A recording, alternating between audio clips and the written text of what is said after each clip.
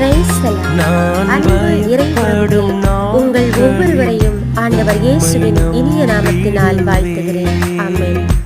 இன்றைய நாளுக்கான இறைவார்த்தை உணவு மார்க்கு 7ஆம் அதிகாரம் 15 இறைவார்த்தைகள். வெளியே இருந்து மனிதருக்குள்ளே சென்று அவர்களை தீட்டுப்படுத்தக்கூடியது ஒன்றுமில்லை. மனிதருக்கு உள்ளே இருந்து வெளி வருபவையே அவர்களை தீட்டுப்படுத்தும். கேட்க செவியுள்ளோர் கேட்கட்டும்.